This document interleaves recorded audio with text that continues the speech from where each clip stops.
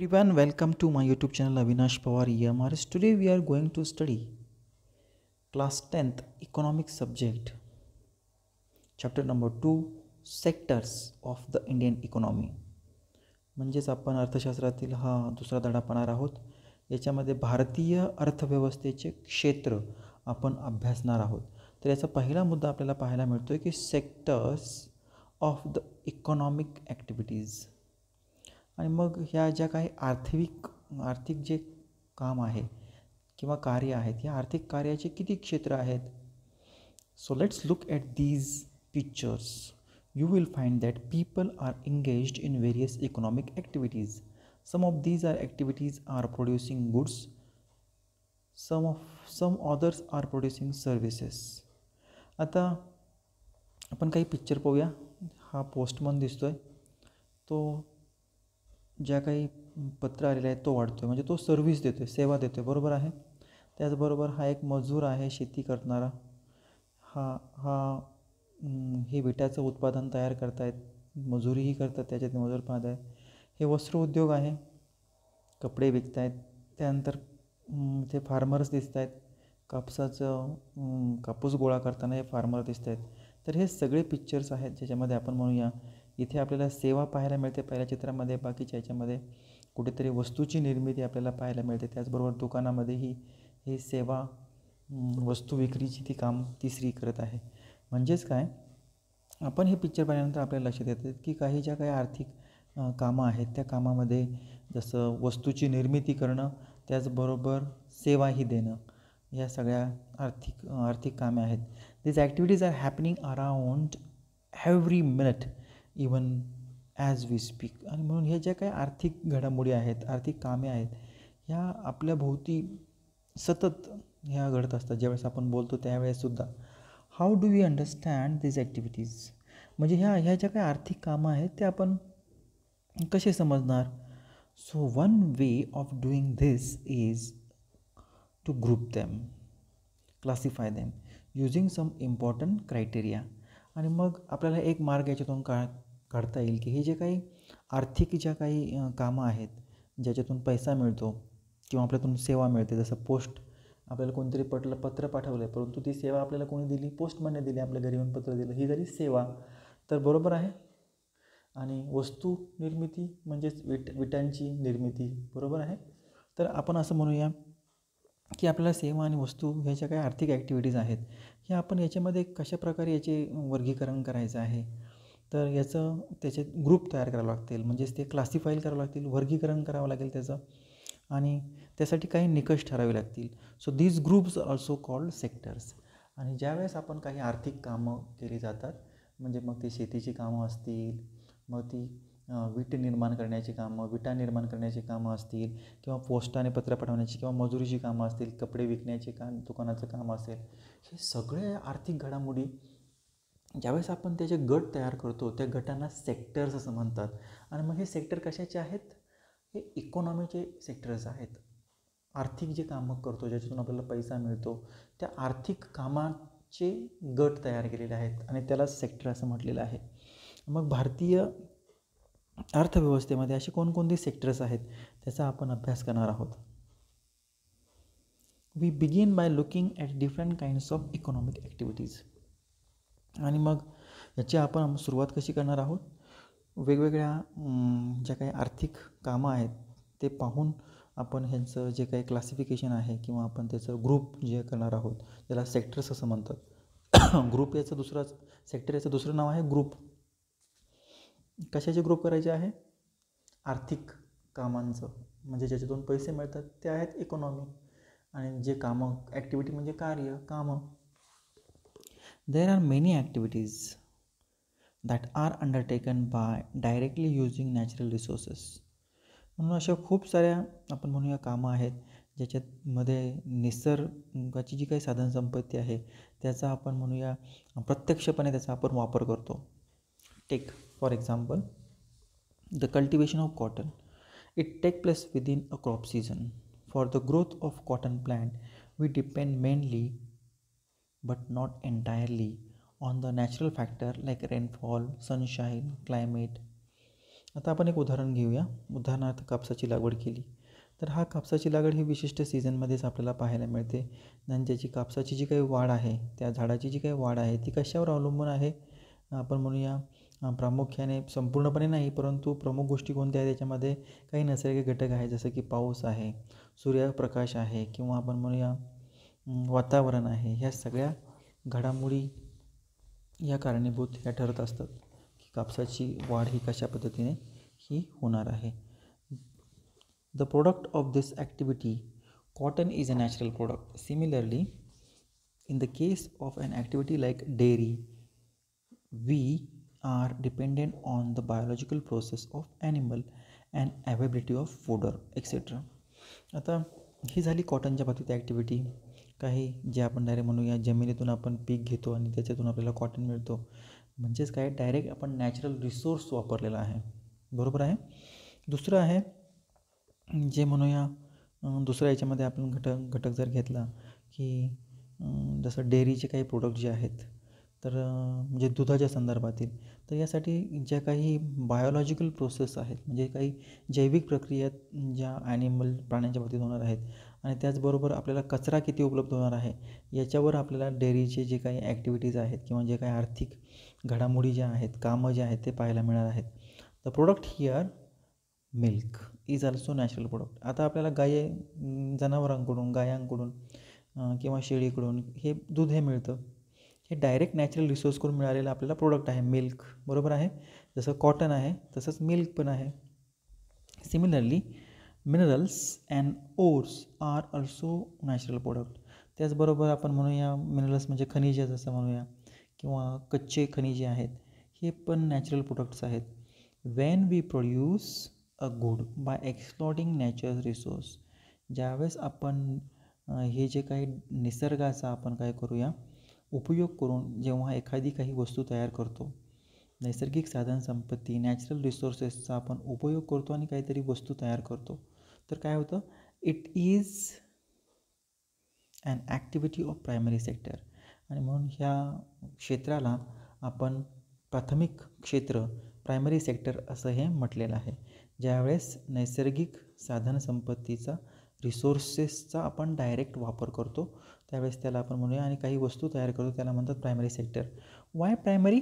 This is because it forms the base for all other product that we subsequently make.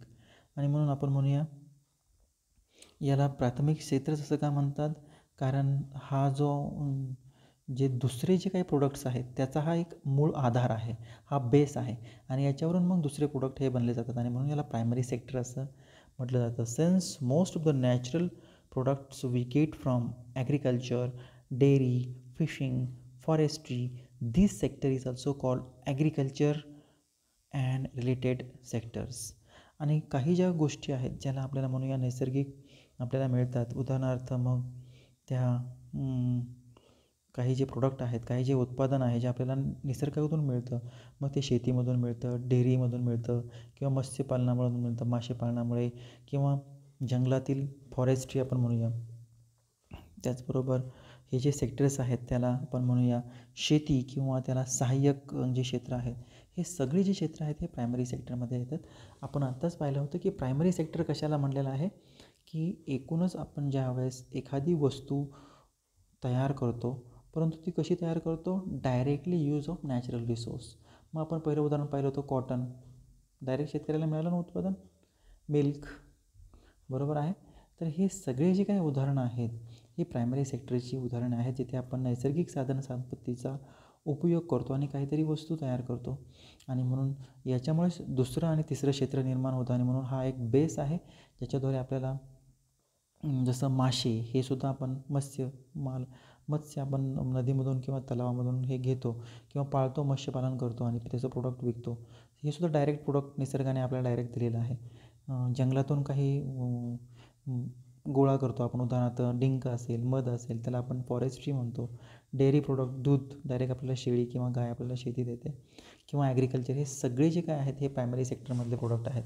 मला वाटतं की आता तुम्हाला हा प्रायमरी सेक्टर्स किंवा प्रायमरी जो ग्रुप आहे तो समजलेला आहे, ज्याच्यातून आपल्याला म्हणूया ही अर्थव्यवस्था आपल्याला पाहायला मिळते, लोकांना पैसे मिळतात हे ते प्रायमरी सेक्टर्स इथे पहा इकडे कोपऱ्यामध्ये ह्या उभा जो आहे प्रायमरी ॲग्रिकल्चर सेक्टर्स. इथे काही पहिलं कांदा आहे, त्याच्यानंतर वाटाणा आहे, हे गाई आहेत, कोळसा आहे, हे झाड आहे, काहीतरी पहा हे प्रायमरी सेक्टरची उदाहरणं आपल्याला दिलेली आहेत.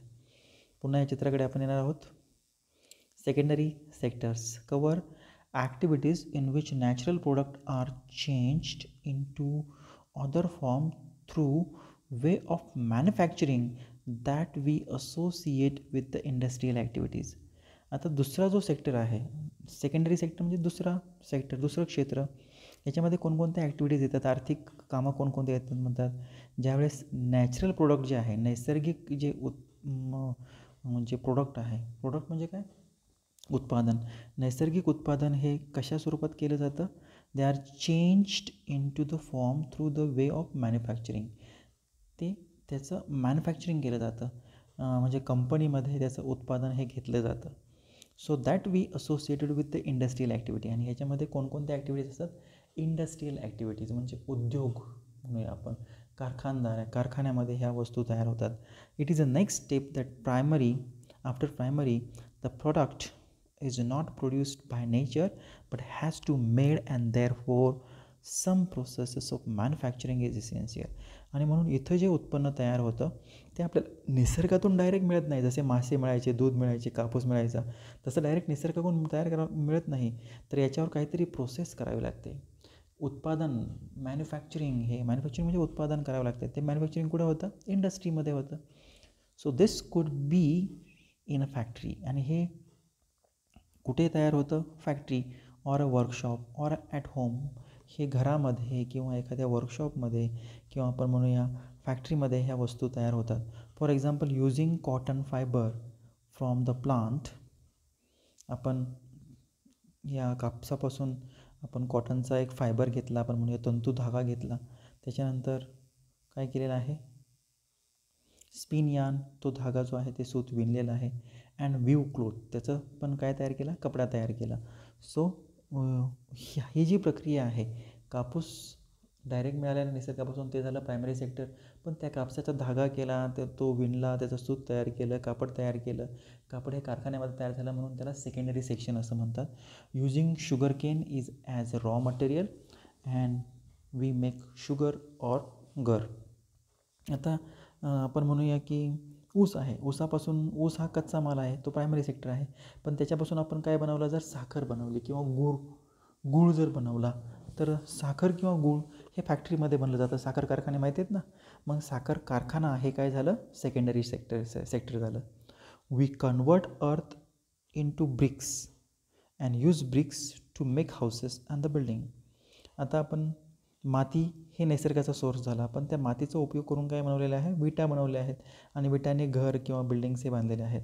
म्हणून विटा आणि विटाने बांधलेलं घर हे कन्स्ट्रक्शन हे सगळं सेकंडरी सेक्टरमध्ये येतं.